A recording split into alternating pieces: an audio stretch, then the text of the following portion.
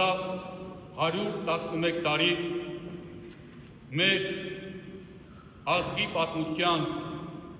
այն արունալի էջից, որը որ մենք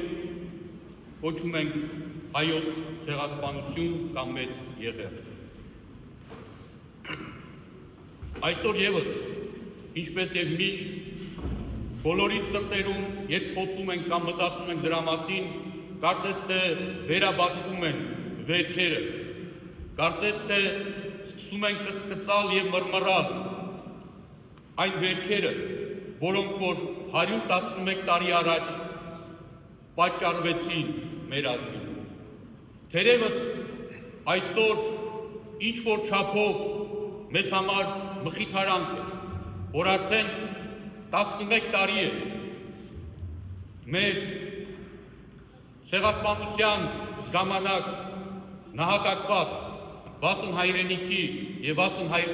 հավատքի հայրենակիցները դասված են սրբերի շարքերի։ Մենք ոչ թե հոգեհանգստյան արարողություն ենք անում, այլ բարեխոսական կարգ ենք անում։ Այսինքն խնդրում ենք նրանց բարեխոսությունը Սուրբ Աստվածածնի մոտ։ Մենք խնդրում ենք նրանց բարեխոսությունը, որ մեր ազգին տա ուժ, կարողություն եւ շնորհ այդ ցավերով վերապրելով, այդ ցավերը վերհիշելով, այդ սխալները վերհիշելով, այլևս թույլ չտալ այդպիսի բան եւ այդպիսի դեպք մեր պատմության մեջ։ Այսօր մենք հավատում ենք, որ մեր սուրբ նահատակները մեզ համար աղոթում են երկնքում, բոլոր մյուս սուրբերի հետ միասին, բարեխոսում են մեզ համար, լինելով շատերը մեզ հարազատներ եւ ագունակցական բարեկամներ։ Բայց նաեւ հավատում ենք, որ սարսափելի է լինելու անեծքը այդ սուրբ նահատակների,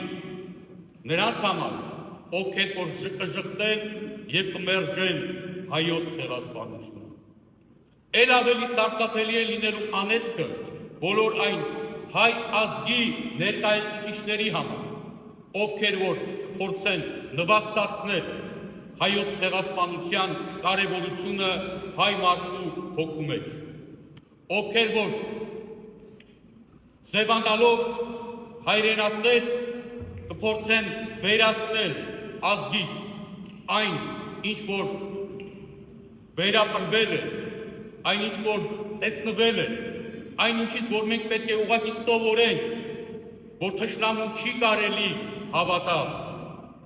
Եվ այսօր այն մարդիկ, ովքեր որ հավատացնում են մեզ, որ մեր թշնամին այլևս կարող է կոչվել մեզ բարեկամ, վստահ է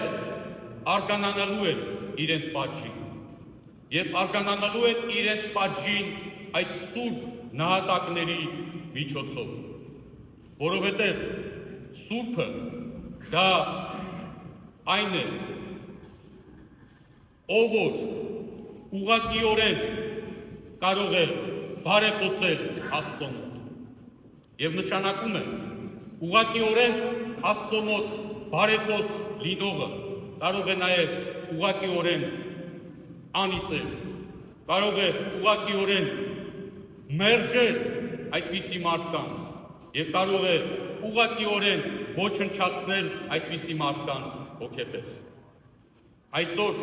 մենք խոնարհվում ենք այդ սուրբ նահատակների հոգիների առջև։ Այսօր մենք խոնարհվում ենք նրանց հիշատակի առջև։ Եվ այսօրվա մեր խոնարհումը ընդամենը խոնարհում չէ, թե ինչ որ մի անգամ եղել է, ինչ որ մի դեպք սպանվել են մեր հայրենակիցները եւ մենք ընդամենը հիշում ենք։ Ոչ, մենք ընդամենը չենք հիշում։ Մենք ուղղակի այդ ամենը հիշելով, այդ ամենը վերհիշելով, մենք օգնում ենք մեզ, որպեսզի վաղը մյուս օրը նորից նույն սխալների պատճառով չենթարկվենք այն ամեն ինչին ենթարկվեցինք 111 տարի առաջ։ Այն ժամանակ էր կային մարդիկ, ովքեր որ հավատում են թշնամիներին եւ ունեցան այն, ինչ ունեցան։ Ընդամենը մի քանի տարիներ առաջ նորից կային մարդիկ, ովքեր հավատացին թշնամիներին եւ ունեցան այն, ինչ ունեցանք այսօր։ Եվ եթե շարունակենք նույն ձևով հավատալ, որ թշնամին կարող է դառնալ բարեկամ, որ մի քանի տարի առաջ զավակ կորցրածը կարող է մի քանի տարի հետո բարեկամ դառնալ իր զավակին սպանողի հետ, ապա հավատացեք, որ 111 տարի առաջ արված այդ ցեղասպանությունը մենք կկրկնենք, բայց այս անգամ արդեն կկրկնենք մենք ինքներս։ Եվ վայ այն մարդկանց, վայ այն գործիչների, ում միջոցով եւ ում շնորհիվ այդ ամեն ինչը կսերմանվի մեր ազգի եւ մեր ժողովրդի մեջ։ Թող այդ սուրբ նահատակների բարեխոսությունը մշտապես լինի մեր հայ ազգի լավագույն զավակների մեջ։ Թող այդ սուրբ նահատակների աղոթքը մշտապես պահի եւ պահպանի այսօր մեր երկրի սահմանները պաշտպանող զինվորների։ Թող այդ սուրբ նահատակների աղոթքները մշտապես պահապան լինեն մեր ազգի, թե Հայաստանում եւ թե Սփյուռքում։ Եվ թող այդ սուրբ նահատակների հիշատակի աղոթքով մենք կարողանանք հզորանալ, թող սուրբ նահատակների բարեխոսությունը մշտապես ուղղված լինի մեր ազգի հզորացման, մեր ազգի բարգավաճման եւ մեր ազգի առաջ խաղացման համար։